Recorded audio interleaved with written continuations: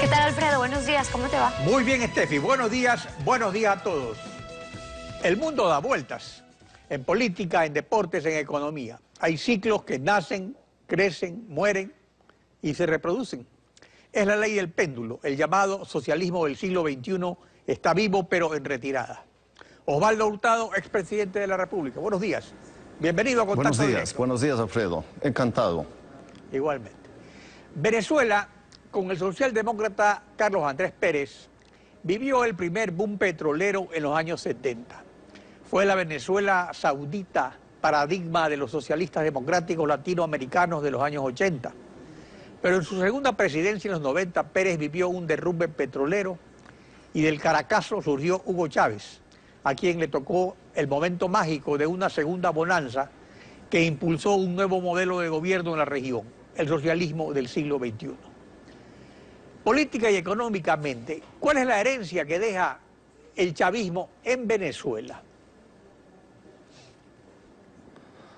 Bueno, Chávez y Maduro y el socialismo del siglo XXI han convertido al país más rico de América Latina en el país con la mayor cantidad de pobres en relación con su población.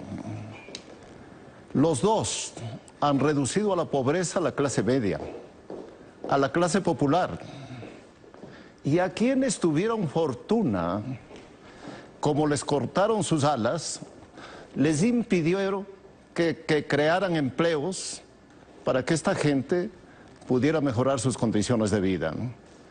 Pero esto que pasó en Venezuela y ha pasado en el Ecuador o está pasando en nuestro país, para decirlo con el título de una novela corta de García Márquez, fue una crónica de una muerte o de un fracaso anunciado. Solo hacía falta leer lo que escribieron los socialistas chilenos, los comunistas chilenos, los guerrilleros chilenos, después del fracaso de Allende. Muchos de ellos hoy son liberales. Abominan de la política económica socialista. Dicen que necesariamente conduce al fracaso y a la pobreza. Me pregunto yo, ¿no? Que Chávez y Correa no hayan leído un libro, me parece apenas obvio. Pero que el presidente del Ecuador, que tiene tantos títulos universitarios, no haya leído esto que han leído todos los latinoamericanos informados, me parece inexplicable. Bueno, el asunto es que surgen coyunturas políticas, había una crisis en el sistema político ecuatoriano y se dio el ambiente para que surja Correa, así como se dio el ambiente en Venezuela también para que surja el chavismo. Ahora, el afán de perennización ha sido característico del modelo chavista. Ir dejando las cosas menos que a medias para seguir ofreciendo hacerlas algún día a su clientela política.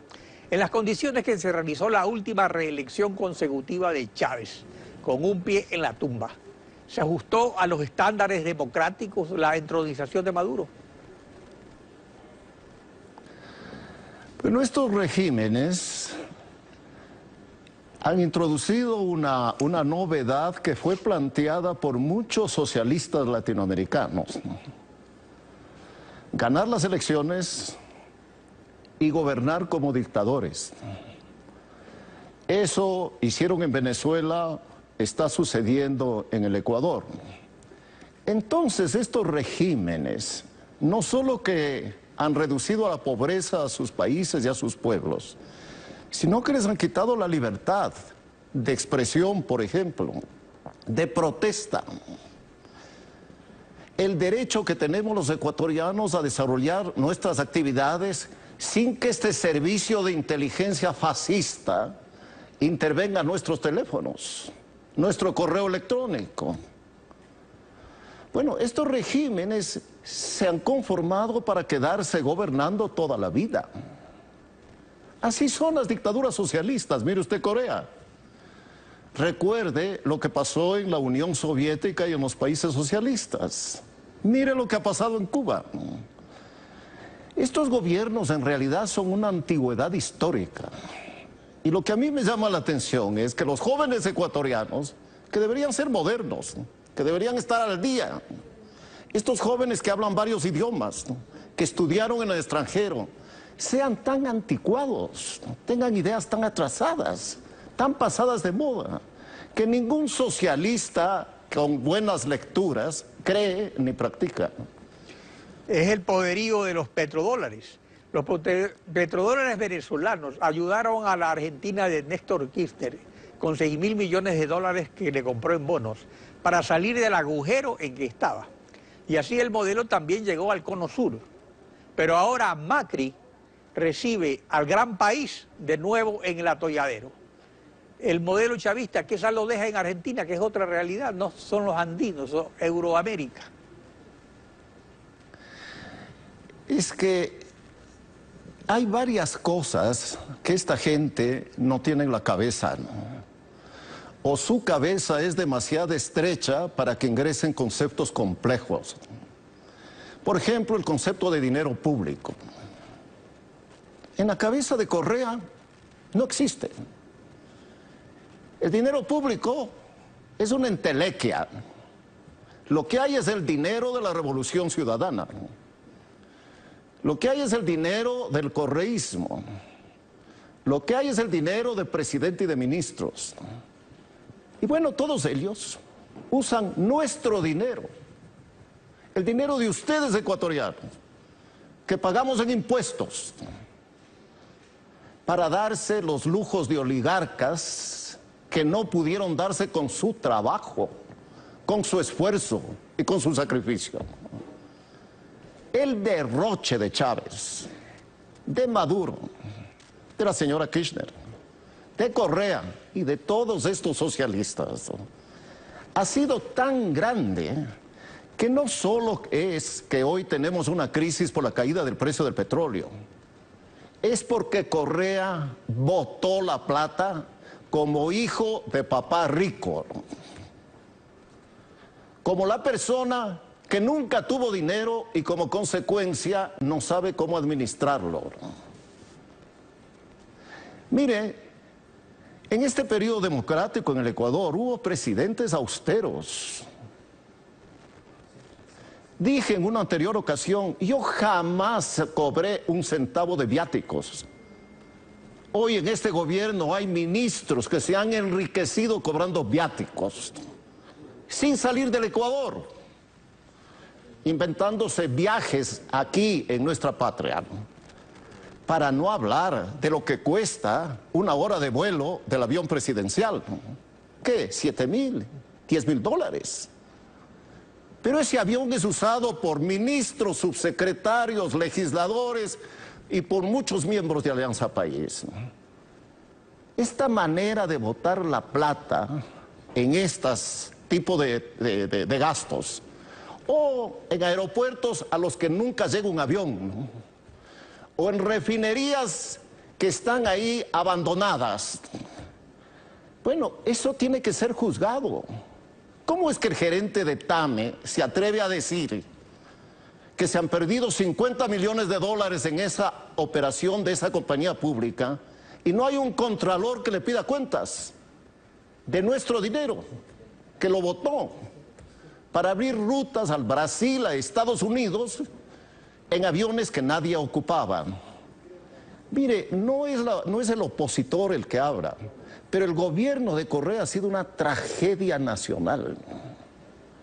Destruyó la democracia, destruyó la economía, destruyó la seguridad social, está destruyendo las Fuerzas Armadas y se está destruyendo él mismo, ¿no?, camino por el que ya lleva andado un buen trecho, ¿no? Bueno, pero no todo ha sido malo con Correa, porque si no tuviera los índices de popularidad que ha tenido y las elecciones que ha ganado. Sin embargo, eso también sí ha cambiado últimamente. Por eso se reconoció el gesto de Evo Morales, para que sea el pueblo soberano y no la Asamblea quien decida sobre una tercera reelección consecutiva. La economía de Bolivia no está como la de Venezuela, Argentina o Ecuador. Incluso tiene un fondo de esos que aquí llaman fonditos. Y sin embargo, el pueblo le dijo no a Evo Morales. ¿Por qué? Es que las reelecciones indefinidas son por naturaleza antidemocráticas? La reelección indefinida es un moderno sistema inventado por los socialistas del siglo XXI para gobernar de por vida. Y cuando un país tiene un gobierno de esta naturaleza, no tiene una democracia. La democracia es de gobiernos temporales, de gobiernos transitorios, no es de gobiernos vitalicios. Lo son las dictaduras. Yo escribí un librito ya hace varios años, sustentando en cada una de las páginas cómo el gobierno de Correa no es un gobierno democrático, sino un gobierno dictatorial. Y cómo él no es el presidente de la República, sino el jefe supremo del Ecuador. Mire usted lo que ha pasado el día de ayer. Un ministro que acaba de renunciar expide 2 acuerdos ministeriales que en la jerarquía de las leyes está en un lugar inferior. Y con 2 acuerdos modifica las leyes militares. Pero vayamos a lo formal. Si el presidente fuera intelectualmente honrado, que no lo es, debería sentar en su mesa e invitar a sus fiestas, no a los dirigentes de Alianza País, a los soldados de la Guardia Presidencial, a quienes hacen la limpieza del Palacio Nacional, a quienes cocinan, a las secretarias, a los secretarios, a los contadores. Con ellos debería tener los banquetes el presidente de la República. Bueno, el presidente ha organizado algunos almuerzos, no sé si en Carondelet, pero acá en Guayaquil, con servidoras domésticas, con servidoras sexuales también. En todo caso, claro, el presidente Rafael Correa le ha pedido a la Asamblea una transitoria para saltarse la 3ª reelección consecutiva. ¿Olfato electoral o convicción democrática? Claro, para tomarse la foto, pues.